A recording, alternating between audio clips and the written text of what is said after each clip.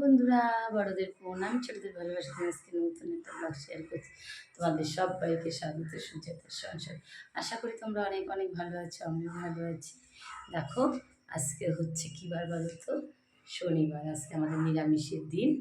আর আমার তো সকালে স্নান পুজো হয়ে গেছে। ওই দেখো আমার ঠাকুর পুজো হয়েছে, অনেক দূরে ঠাকুর। তো আমি সকালবেলা যথারীতি প্রতিদিনই স্নান টান করে পুজো দিই। আর সকলেই তাই করো, অনেকের কাজের ধরন এক এক রকম হতে পারে, কিন্তু আমি বরাবরই সকালবেলা স্নান করি। স্নান আর পুজোটা আমার সব থেকে বড়ো কাজ। এখন যাবো রান্নাঘরে, চলো। আর কেমন আছে সকলে, সবাই বলো। আর যারা নতুন বন্ধু আমার চ্যানেলটা এখনও সাবস্ক্রাইব করোনি, সাবস্ক্রাইব করে পাশে থেকো। আর যারা পুরনো বন্ধু, ভিডিওটা যদি ভালো লাগে একটা লাইক কমেন্ট করে দিও। আর চলো সঙ্গে থাকো, দেখতে থাকো আমি কী কী করলাম, কী আর করি। আমরা যেহেতু হাউস ওয়াইফ, সেভাবে করার কিছুই থাকে না। সঙ্গে সঙ্গে শুধু কাজকর্ম, রান্না খাওয়া, টুকিটাকি এইসব নিয়েই কাটে অর্ধেকটা সময়।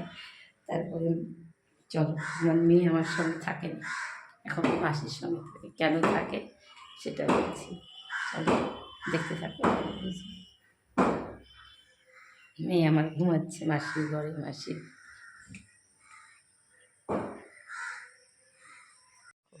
সমস্ত বাসি কাজ করে কলতলা পরিষ্কার করেছি। আমার যে সকালবেলা প্রতিনিয়ত কাজ থাকে, সেগুলোই তোমাদের সাথে একটু শেয়ার করি। দেখো, এবার চলো রান্নাঘরটা দেখাই। এই দেখো, সকালবেলা উঠে আমি আগে বাসি কাজটা সেরে নিই, তারপরে অন্য কাজ। গ্যাস ট্যাস মুছে টুছে পরিষ্কার করে নিয়েছি। তো ওগুলো তো সকালবেলা শেয়ার করতে পারি না, জলের হাতে ক্যামেরাম্যান নেই যেহেতু আমার, সেই কারণে। দেখেছো? তো এখন রান্নাঘরে বসে মেয়েকে পড়াবো। আর হচ্ছে রান্নাবান্না কী কী আয়োজন আছে দেখি, সেগুলো করবো। এখনও স্নান করা হয়নি, চা করবো, শ্বশুরমশাইকে দেবো। আর একটা মজার জিনিস তোমাদের সাথে আজকে শেয়ার করতে চলেছি, শুধু সঙ্গে থাকো, দেখতে থাকো। আশা করি অনেক অনেক ভালো লাগবে। এই দেখো, আমার মেয়ে আমার সঙ্গে থাকে না। কালকে ওর আবদার, ইচ্ছে হয়েছে মাসির সাথে থাকবে, তো মাসির ঘরে চলে এসছে। দেখো এখনও ঘুমোচ্ছে। আর মাথার পাশে কত পুতুল নিয়েছে, দেখেছো? ওর এগুলো না হলে হয় না, এগুলো নিয়েই ও ঘুমায়।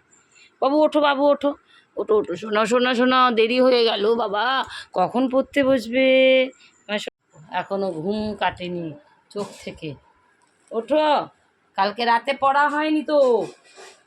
হ্যাঁ, কখন পড়তে বসবা? ওঠো ওঠো তাড়াতাড়ি। এই যে ওঠ রে মামু, ওঠ। এই যে ওঠ, চোখ খোল, চোখ খোল, তাড়াতাড়ি চোখ খোলো। ঘুম থেকে উঠতে ইচ্ছে হয় না বলো? হ্যাঁ, আরও ঘুমাবে? হ্যাঁ, আরও ঘুমাবে? ওঠো। এটা বন্ধুরা কি বলছে দেখো, বন্ধুদের হাই করে দাও, গুড মর্নিং বলে দাও। গুড মর্নিং, জোরে গুড মর্নিং বলো। গুড মর্নিং শুনতে পেলে ও কানে এখন মুখ দিয়ে কথা বেরোবে না, আরও ঘুমাবে। 8, 8:30 বাজে। ওঠো ওঠো ওঠো ওঠো ওঠো ওঠো, তাড়াতাড়ি ওঠো, তাড়াতাড়ি ওঠো, ওঠো। উঠবে না? তাহলে থাক, আমি যাই, আমি যাই। চলো, কত পড়া রয়েছে, কালকে রাতে পড়া হয়নি। তাড়াতাড়ি এসো, চলো ব্রাশ করবে। টয়লেট করেছো? চলো।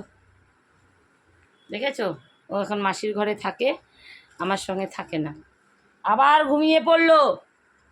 মাম ওঠো বাবা, ওঠো, তাড়াতাড়ি চলো, ওঠো, এসো। জামা কাপড় নিয়েছি, বাসি জামা কাপড় ছাড়বে, আসো। হ্যাঁ, চল, নাম, তাড়াতাড়ি নাম। ওরে বাবারে, হাতটা ব্যথা হয়ে গেছে। দেখো, তোমাদের সাথে বললাম না শেয়ার করবো কী কী এনেছি। এই দেখো, তো আম, এগুলো দেখো না, এই কালা গোলাপ খাস আম, এটা বলে গোলাপ খাস না কি বলে, সেই আম। এগুলো কোথা থেকে এনেছি বলতো? বঞ্জির বাড়ি থেকে। আর একটা জিনিস দেখাচ্ছি, লেটেস্ট জিনিস, কত দেখো, গন্ধরাজ লেবুগুলো কত সুন্দর না? এই লেবুগুলো সব ওদের কাছে। আরও একটা আরও আছে আম, দেখো বন্ধুরা, কত আম। রাত দিনে আনতে পারি বলো তো? সঙ্গে বেটা ছেলে যায়নি। এই দেখো, কাঁচা কাঁচা আম দিয়ে দেখা যাক কী করা যায়। এখন আমের সিজন না, যেখানে গেছিলাম ওদের আম বাগান আছে, অনেক আম, প্রচুর। এক একটা আমের সাইজ কি বলো, আমার খাওয়ার থেকে দেখতে যা লাগে না। আমি যদিও খুব একটা পছন্দ করি না মিষ্টি জাতীয় জিনিস, তবু আরও সবাই তো খাবে বাড়ির, সবাই বলতো আমার শ্বশুরমশাই এক হাপিস করে দেবে সব আম। আরও একটা লেটেস্ট জিনিস কিনেছি বলো তো, এই দেখো আমার বোন যে কি দিয়েছে, দেশি মুরগির ডিম। দেশি মুরগির ডিম কোথায় পাবে? আমি যখন মেয়ে হয় প্রেগনেন্ট ছিলাম তখন আমার বাড়িতে কাজ করতে এক মাসি, ওই মাসি এনে দিয়েছিল। মাসির বাড়িতে অনেক ডিম, 10 টাকা পিস। তো আমি মধ্যে মধ্যেই 20টা 25টা করে এনে দিত তার ছেলে, যা দাম হতো দিয়ে দিতাম। তো এগুলো দেশি মুরগির ডিম সেদ্ধ খাওয়াতে অনেক উপকার, আমরা পাই না বলে পোলট্রির মুরগিটাই বেশি খাই। তো এই ডিমগুলো, তারপরে আরও অনেক কিছু এনেছি, দেখবে চলো দেখাই। আমগুলো বলো, লেবুগুলো দেখেছ? আসল কথা গ্রামে তো যা বাড়িতে আছে সব পারলে তুলে ধরে দেয়, কিন্তু আমরা তো টেনে আনতে পারি না, সেই কারণে আনতে পারি না। আরও একটা কিছু এনেছি, এই দেখো কাঁঠাল লিচিগুলো আমি আগের দিন কেটে রেখেছিলাম কাজের তাড়াহুড়োর জন্য, দেরি হবে বলে। আর এই যে আমার খুব পছন্দের কুমড়ো শাক, শাকগুলোর অবস্থা কী অবস্থা, অনেকটা এনেছিলাম, দিদিকে হাফ দিয়ে দিয়েছি, দিদিও গেছিলো আমার সঙ্গে। আমি তো একা খাবো, বাড়িতে কেউ অত ভালো খায় না, আমি খাই, তার জন্য নিয়ে এসেছি আমি আমার মতনটুকুনো, আমি যতটা খাবো তত। আর সজনে ডাঁটা দিয়েছে, দেখো সজনে ডাঁটা আমি বেশি ভালো খাই না, অল্প কটা এনেছি, আর সব সজনে ডাঁটা দিদিকে দিয়ে দিয়েছি। দিদি কচুর শাকও নিয়েছে, আমার নিজের দিদি। আমি আরও রয়েছে ডাঁটা, সব গাছ থেকে পেড়ে পেড়ে এগুলো সব দিয়েছি। আর এগুলো কাঁঠাল বিচিগুলো ভাজবো আজকে, খুব ভালো লাগে জানো তো, কেটে রেখেছি কালকে, আজকে সকালবেলা করবো, যেহেতু নিরামিষ কাঁঠাল বিচি ভাজা করব। আর কী কী রান্না করা যায় দেখি। আর আমগুলো দেখো না কত সুন্দর, তাই না? লোভনীয় না? আর শাকগুলো, আমি তো শাক খেতে ভীষণ ভালোবাসি, আর টাটকা কুমড়ো শাক মানে বিশাল উপকার, যে কোনো শাকই। কিন্তু আমরা কিনে খাই, বাজারে তো মন পছন্দ পাই না বলে আনতে পারি না। তো আজকে ওদের এখানে গেছিলাম, আনতে চাইনি, তাও লোভ সামলাতে পারলাম না, তাই নিয়ে চলে এলাম। তো আজকে আর কী কী রান্না হবে দেখি, আর এগুলো তোমাদের সাথে শেয়ার করলাম। মঞ্জির বাড়ি থেকে কী কী আনলাম, কেমন হলো দেখ, কমেন্ট করে জানিও। হ্যাঁ, চলছে, চলবে। যে ঢ্যাঁড়স হবে, ঢ্যাঁড়স, এই যে ঢ্যাঁড়সগুলো কাটতে হবে, ঢ্যাঁড়স ভাজা করব। আর পেঁপের তরকারি হবে, তারপরে কারকোল ভাজা। আজকে এগুলো সব শেষ করতে হবে, এই সবজিগুলো সব শেষ করতে হবে। দেখি কী কী করা যায়, এখনও তো রান্নাঘরে কিছুই কাজ করতে পারলাম না। এই যে দেখো, এই কারকোল ভাজা, এখন তো নতুন উঠেছে, মার্কেটে এখনও সেভাবে অ্যাভেলেবেল হয়নি, সেই জন্য আরও আছে। দেখা যাক আর কী কী করি, রান্নাবান্না তো করতেই হবে, খেতে হলে বলো, বাচ্চারা খাবে।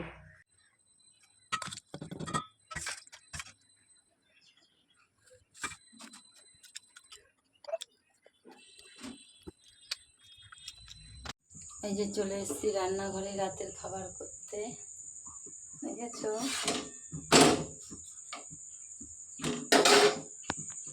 নিচে রাতে রুটি হবে, এক চোট হয়ে গেছে, শ্বশুরমশাইকে খাবার দিয়ে এসছি।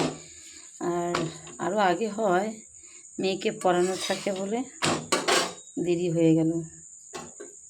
আজকে খাওয়া দাওয়া, যেহেতু আজকে শনিবার, সবাই রুটি খাবে, বাবা ছেলে ওরা সব রুটি খাবে, আর আমি আর মেয়ে ভাত খাবো। ভাত রয়েছে দুপুরে, সেটাই খাবো। তরকারি বলতে রুটি খাওয়ার জন্য তরকারি বানিয়ে রেখেছিলাম, আলু পেঁপের তরকারি, ওটাই রয়েছে, ঢ্যাঁড়স ভাজা রয়েছে, আলু সয়াবিনের কষা রয়েছে, ওগুলো দিয়েই খাবে। আর সঙ্গে তো আম মিষ্টি রয়েছে, যে যেটা দিয়ে খাই খাবে। তো তোমাদের কি সকলের খাওয়া দাওয়া হয়ে গেছে? এবার রুটিটা সেঁকে নেব। আর কেমন গরম পড়েছে বলো, গরমে নাজেহাল, আশপাশ করিনি, ভীষণ গরম পড়েছে। আর গরমে রুটি চাপাতে ভালো লাগে না, আর মেয়েকে রুটি দিয়ে বসালে 1 ঘন্টা লাগবে, ভাত মেখে কপ খাইয়ে দেবো, হয়ে যাবে। এই যে হয়ে গেছে প্রায় সিদ্ধ, এই দেখো কটা রুটি হয়েছে।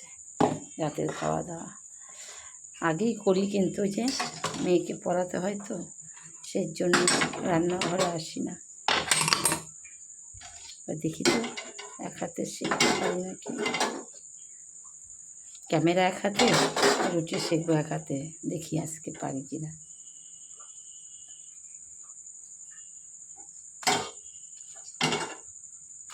হ্যাঁ হয়েছে, হচ্ছে, এটা ভালো হয়নি, দেখেছ?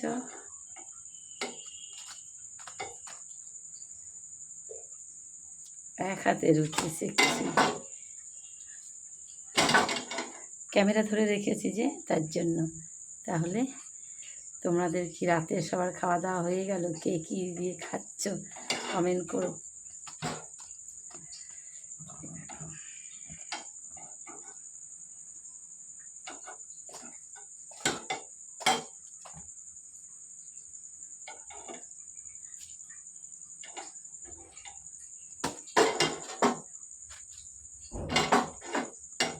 আর 3টে আছে, তাহলে রুটি শাকা হয়ে যাচ্ছে, এখন খাবো। আমি তুমি তরকারি ডাল ভাজাগুলো আছে ওগুলো দিয়ে খাবো।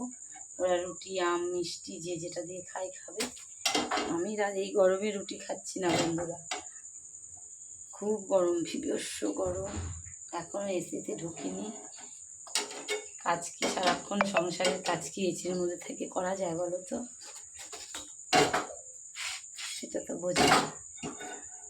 যাই হোক, তাহলে বন্ধুরা আজকের মতো ভিডিওটা এখানে রাখছি। অনেক ভালো থেকো, সুস্থ থেকো, সাবধানে থাকো, আর তোমাদেরকে অনেক অনেক ভালোবাসা।